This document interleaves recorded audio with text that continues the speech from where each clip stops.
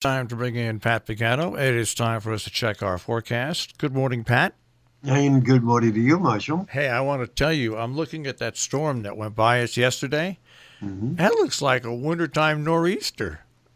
Well, it wasn't. I know, but it's the way it's circular pattern, the way it's sitting off of Maine now. We had areas here that got almost a half inch of hail yesterday. We did have thunderstorms here in Sharon, and in that time frame you predicted, in between noon and 1, we received about an inch of rain in about, I say, 20 minutes. And then the wind kicked in, which was really amazing.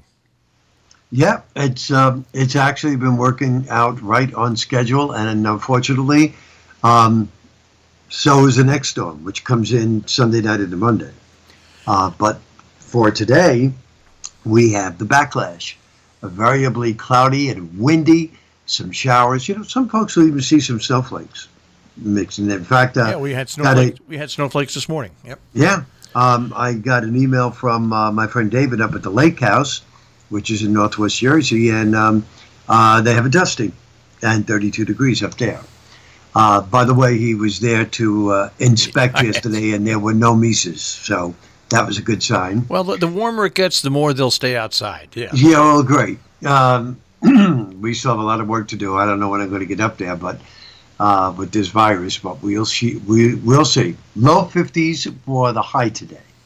Low 30s tonight, clear and brisk. Partly sunny and windy, mid 50s Saturday. Easter Sunday will start with sun. The clouds increase, 60. Then Sunday night into Monday, very windy with rain. It'll taper off Monday afternoon and will be warm in the mid 60s. But the wind on Monday, well over 40 miles an hour. So a lot of wind.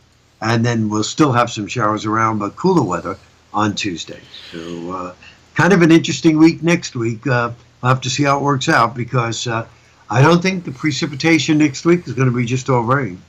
So get ready, Marshall. Well, here's the interesting thing about it. The National Guard's coming into Sharon today, and I mentioned this for a couple of reasons. I keep mentioning it in the morning. I don't want people to get concerned. There's going to be a big caravan of National Guard people coming into Sharon today. They're setting up one of those, Connecticut has field hospitals they're setting up just in case, because hospitals are getting filled up. So they're setting up field hospitals in parking lots of hospitals across the state. This is the third one, and they're going to set it up today. And they were a little worried it'd be windy today, and I was telling our first selectman, Brent Colley, I said, don't worry about today, worry about Monday. Yeah, well, today is not going to be no slouch either, though. Really? Oh, no. You'll have wind gusts today close to 40. Close to 40. Well, hey, if they could set these tents up in war, I'm sure they can set them up with 40. I was just going to say that. They shouldn't. Yeah, they're used to this stuff. With 40 mile an hour winds, and at least people aren't shooting at them.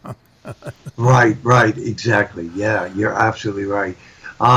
So meanwhile, you and I have been talking about this for the last several weeks about when my great niece got sick late fall, and we said that the virus, I thought anyhow, my theory, it was already present. Now I heard that there was an email sent to the White House in November stating how this could be really very dangerous for the U.S. And now they're saying they think it arrived here as early as January.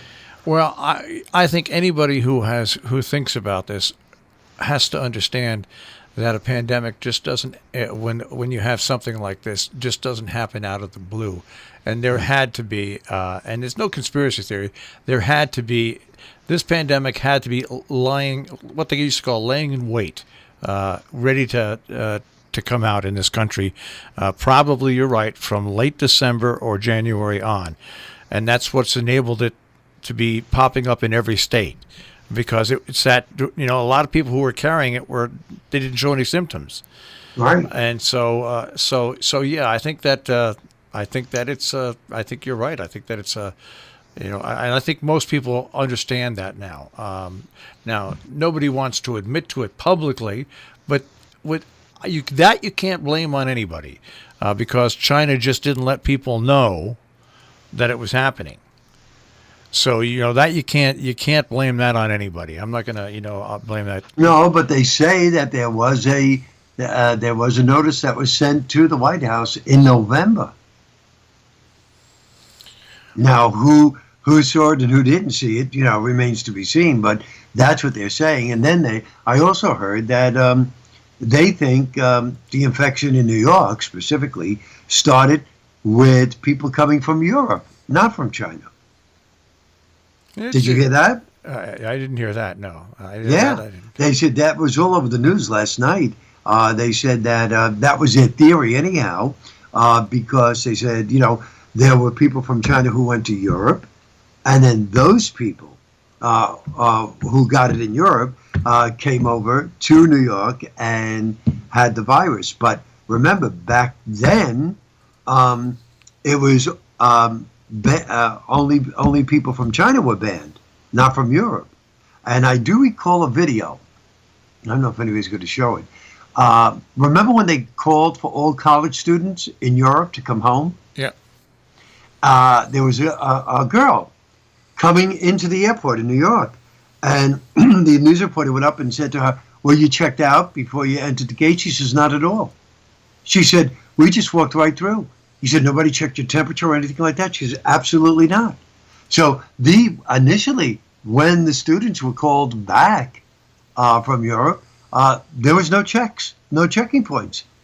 They just all came in. So, they could have brought it too. So you just don't know.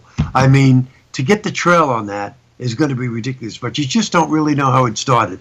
I think anybody who's talking about this right now just cares about one thing. When will it be over? Well, the peak, I think that you're not going to ever find out when it's going to be over. The peak will be over probably sometime in the beginning of summertime, but that doesn't mean that the effects of it aren't going to be over. Long lasting, right? Right. And what do we do? Yeah. Again, how do we get back into life as we know it? You can't just jump right back in because that could start the whole thing spreading all over again. I don't think we're ever going to go back to life as we exactly knew it before. So my big question to you this morning, Marshall, will you ever shake hands again? Yes, I will. Good for you. Of course, I'll have gloves on. No. Yes, I will. I will shake hands again. Not for a while, but I will again. Right. Gotcha. Hey, Pat, I want you to have a good weekend, and we'll speak to you Monday. Yeah, you better have a review for me on Monday, or you're in trouble. I will have a review for you on Monday. There's no doubt about it. Take care, Pat. Bye-bye. Pat Pagano this morning in the Weather Center with a check on our tri-state forecast here on Robin Hood Radio.